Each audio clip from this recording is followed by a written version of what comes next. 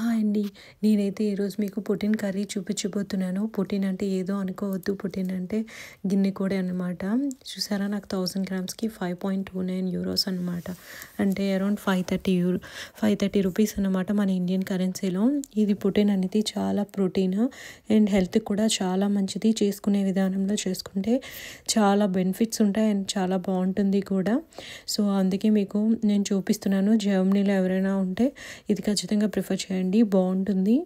And ఇండియాలో కూడా దొరికితే ఖచ్చితంగా మీరు కుకింగ్ చేసుకోండి. నేనైతే చూసారా బయటికి తీసిన తర్వాత ఇలా ఉంది. దీన్ని ఇంకా మేము పీసెస్గా కట్ చేసి చాలా గట్టిగా ఉంది మటన్లా. సో ఇలా కొంచెం మీడియం పీసెస్లా కట్ చేసుకున్నాము. అందులో కొంచెం ఆయిల్ అండ్ సాల్ట్ అండ్ పసుపు అండ్ కారం వేసుకొని బాగా మ్యాగ్నేట్ చేసుకున్నాను. నేను ఇది కొంచెం మటన్లా ట్రై చేస్తున్నా కుక్కర్లో, ఎందుకంటే ఇది చాలా గట్టిగా ఉందన్నమాట. లైక్ ఆల్మోస్ట్ మటన్ టేస్ట్ వస్తుంది.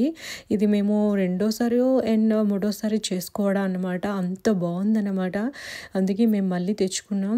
సేమ్ లైక్ కుక్కర్లో కొంచెం ఆయిల్ వేసుకొని పచ్చిమిర్చి తగినంత వేసుకొని ఆనియన్స్ వేసుకొని మగ్గనియండి. ఇంతలోపు మనం మసాలా ప్రిపేర్ చేసుకుందాం. అన్ని మసాలా దినుసులు ఒక ఎండుమిర్చి కూడా 2 వేసుకోండి. అండ్ కొంచెం జీడిపప్పు అండ్ నువ్వులు అండ్ కొబ్బరి కూడా వేసుకుంటే చాలా బాగుంటుంది టేస్ట్ అనమాట. వీటిని పౌడర్లా చేసుకొని అందులో కొంచెం వాటర్ వేసుకొని ముద్దలా చేసి పక్కన పెట్టుకోండి. దాని తర్వాత కొంచెం అల్లం వెల్లుల్లి పేస్ట్ వేసుకొని మనం ఆల్రెడీ మ్యాగ్నేట్ చేసుకున్న ఈ మటన్ పీసెస్ లైక్ పుదీనా పీసెస్ అనమాట వేసుకొని కొంచెం పచ్చివాసన పోయే వరకు ఉంచండి. పచ్చివాసన పోయిన తర్వాత మనం ఆల్రెడీ మసాలా పెట్టుకున్నాం కదా, ఆ మసాలాని ఇందులో వేసుకొని ఇంకొంచెం పచ్చివాసన పోయే వరకు వెయిట్ చేయండి. మూత పెట్టి పచ్చివాసన పోయే వరకు ఇంకాసేపు ఉంచితే పచ్చివాసన పోతుంది. పచ్చివాసన పోయిన తర్వాత మీకు కావాల్సినన్ని నీళ్ళు వేసుకోండి. మీకు ఎన్ని నీళ్ళు అంటే ఎంత క్వాంటిటీ మీకు కావాలో అంత క్వాంటిటీ వాటర్ వేసుకొని 1 విజిల్ వచ్చే వరకు వెయిట్ చేయండి. ఒక విజిల్ వచ్చిన తర్వాత చూసారా ఎంత జ్యూసీగా భలే ఉందో. నిజంగా చెప్తున్నాను, మటన్ తిన్న ఫీలింగ్ కలుగుతుంది మీకు. నిజంగా చికెన్ తిన్న ఫీలింగ్ కలుగుతుంది, మటన్ కూడా మీరు తిన్నారన్న ఫీలింగ్ కలుగుతుంది. అంత టేస్టీగా అయితే ఉంది.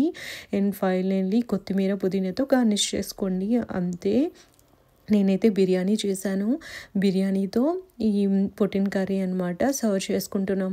నేను బిర్యానీ చాలా బాగా చేస్తాను. మీకు త్వరలో బిర్యానీ వీడియో కూడా అప్లోడ్ చేస్తాను. కొంచెం ఎంకరేజ్ చేయండి. మీరు కూడా ఎంకరేజ్ చేస్తే బాగుంటుంది కదా. ప్లీజ్ సబ్స్క్రైబ్ చేసుకోండి, మర్చిపోవద్దు. Thank you.